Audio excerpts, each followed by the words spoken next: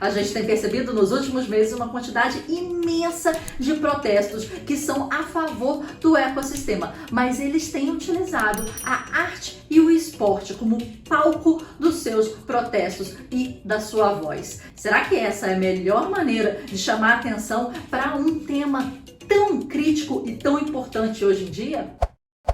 Jogar molho de tomate na icônica obra de 1989, Os Girassóis, de Van Gogh, avaliado em 84 milhões de dólares. Lançar purê de batata na obra chamada Palheiros, do pintor Monet, na Alemanha.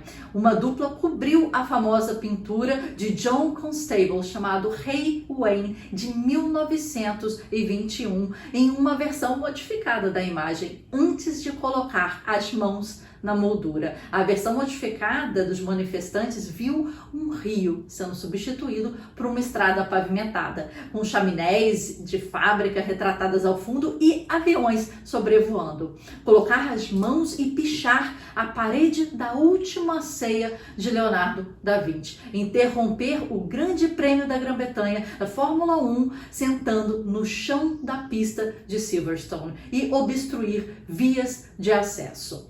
Estas estão sendo algumas ações feitas por grupos de ativistas. Mas o que pedem esses grupos de ativistas? O que eles querem com todas essas ações e movimentações que estão chamando, estão tendo atenção aí nas mídias? Os grupos ativistas ambientais como Last Generation e o Just Stop Oil, esta última fundada no início de 2022, por isso que a gente está vendo uma grande quantidade de ações acontecendo aí nesse ano, estão pedindo que o governo desbloqueie as licenças para futura extração de petróleo e de gás. Esse é o seu pleito e o pedido é diretamente direcionado a políticos e governantes, que têm, na verdade, o poder da caneta e de tais decisões. No entanto, o método que eles encontraram e escolheram para lutar por essa causa tem sido bastante criticado, Para se fazer ouvir, eles fizeram vários protestos de alto impacto e disrupção nos últimos meses, usando a arte e o esporte como palco dessas manifestações. Segundo os ativistas, essa seria a única forma de chamar a atenção sobre o que está acontecendo com o meio ambiente no que diz respeito à crise climática. Uma ativista disse que os protestos só terminariam quando o governo, aí abre aspas, o governo do Reino Unido fizer uma declaração significativa de que encerrará novas licenças de petróleo e de gás, fecha aspas.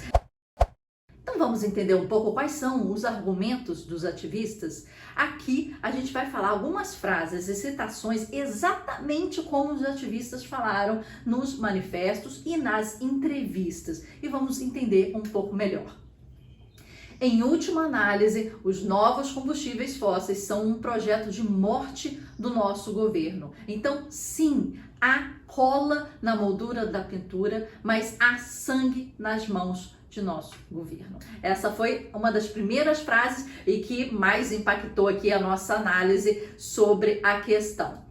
Outra frase: estamos usando estas ações para chamar a atenção da mídia, para que as pessoas falem sobre isso agora. E sabemos que a resistência civil funciona. A história nos mostrou que isso funciona. Estou aqui como uma mulher queer e na razão pela qual sou capaz de votar. Ir para a universidade e espero um dia me casar com uma pessoa que eu amo. É por causa das pessoas que participaram da resistência civil antes de mim. Quero trabalhar nas artes e não interrompê-las, mas a situação em que estamos significa que temos que fazer todo o possível de forma não violenta para evitar o colapso civilizacional para o qual estamos nos aproximando. O que vale mais, a arte ou a vida? Vocês estão mais preocupados com a proteção de uma pintura do que com a proteção do planeta e das pessoas. Se os diretores dessa galeria realmente acreditam que a arte tem um poder de mudar o mundo, eu exijo que eles reivindiquem esse poder. Fechem e se recusem a abrir até que o governo se comprometa com nenhum petróleo. Achei que esse aí é um pouquinho too much. Essas foram algumas frases que os ativistas falaram no momento do seu protesto. Mas sempre me pergunta, né, e há uma dúvida, né, porque a gente vê as obras sendo, né, violadas, né, o seu espaço sendo violado e agredido, e as pessoas perguntam, mas essas obras realmente estão sendo depredadas? Elas estão sofrendo algum dano de fato? E a resposta é, a maior parte, não. Muitas vezes as suas molduras e o seu verniz sofrem, tendo que ser reparados ou trocados, né? Mas os ativistas comentam que visitam o museu antes, que verificam as obras e as salas mais fáceis de agir, que escolhem as obras pela sua relevância, pelo seu conceito e muitas vezes tendo a ver com a mensagem crítica que eles realmente querem passar com aquele protesto. Eles analisam se a obra é de fácil acesso e principalmente se tem proteção na frente. Eles falam que, segundo essas associações, eles não querem danificar ou violar qualquer obra ou patrimônio cultural e por isso não ferem a obra, mas querem sim que a obra e a sua fama ajudem a propagar a mensagem. Mas será que isso realmente acontece?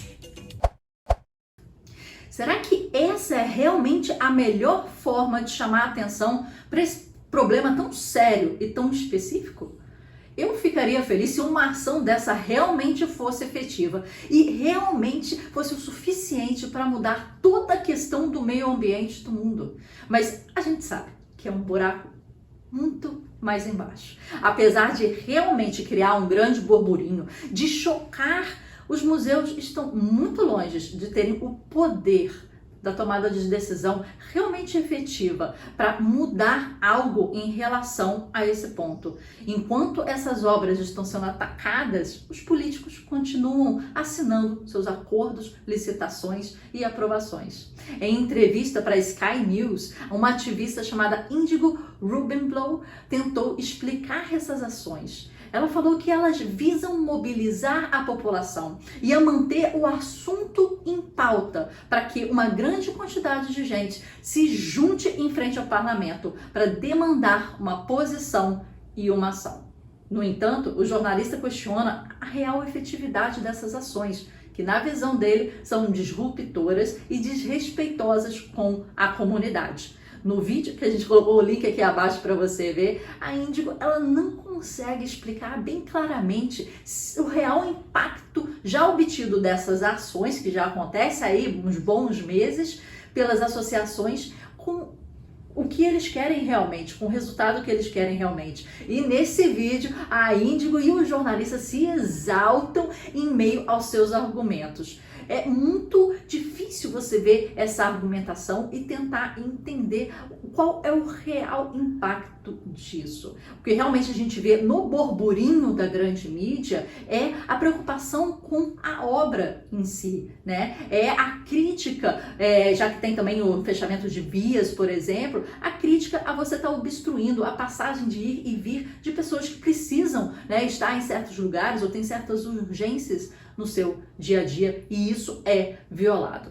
Mas vamos pensar, e eu quero a sua opinião. Coloque aqui nos comentários desse vídeo a sua opinião sobre isso.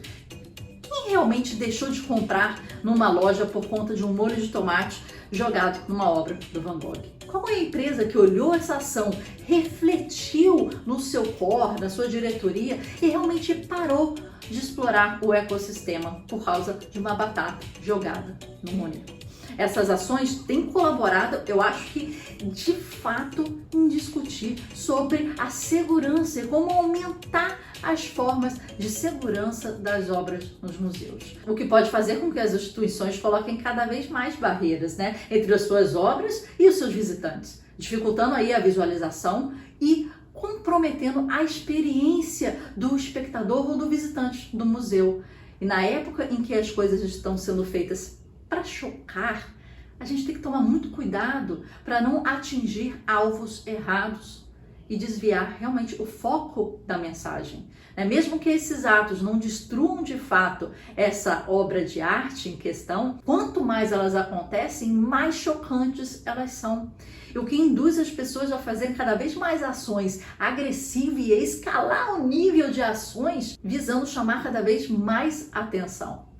E eu não estou falando aqui que o problema não é sério, que a crise climática não é importante. Ela é importante, ela é séria, ela deve ser tratada de uma forma séria, de uma forma efetiva, e deve ser debatida, deve ser estudada, deve ser argumentada, deve ser levada à votação, desenvolvido projetos, propostas, juntar ONGs e associações para falar sobre o tema. Não há dúvidas nenhuma que há muita coisa que tem que ser feita para que isso mude e seja uma coisa consciente das empresas e dos governos, principalmente. Mas aí que está a questão.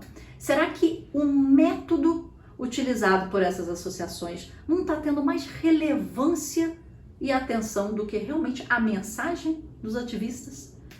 Essa discussão, com certeza, é muito ampla e traz muitas argumentações. Se a gente for pensar realmente na efetividade dessas ações que estão acontecendo e protestos, a gente pode se questionar sobre o real efeito disso. A arte, ela pode ser política, ela pode trazer essa mensagem, mas dentro da arte em si, não numa destruição, numa tentativa de destruição dela. Ela tem o poder da fala, ela tem o poder da mensagem quando ela está trabalhando para isso, quando o artista desenvolveu o conceito da sua arte para tal. Assim ela choca, assim ela chega mais próxima ao seu espectador na sua mensagem. E assim ela fica mais no consciente das pessoas e quem sabe, nas ações das pessoas depois disso.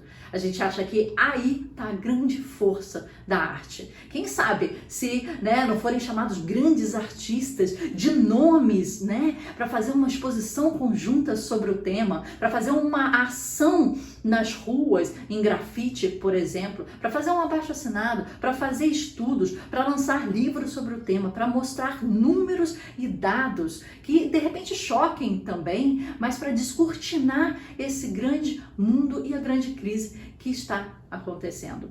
Quem sabe esses são caminhos mais viáveis, mais possíveis, mais impactantes e que trazem uma maior ação e conscientização. Porque a arte tem sua força, a arte tem sua importância na sua mensagem. Acredito que se a gente souber usá-la de forma positiva e não agredi-la e não depredá-la, ela se torna ainda mais forte e mais potente. Qual é a sua opinião? Escreva pra gente aqui seu comentário, a gente quer ouvir você. Fala o que você acha. A gente deixou aqui na legenda também alguns links de reportagens importantes e que a gente acha muito interessantes para o tema. E nos siga aqui no canal, que a gente vai estar sempre muito ligado ao mundo da arte, trazendo curiosidades, além dos lançamentos e novidades da nossa comunidade, a MarHub, nossa comunidade criativa.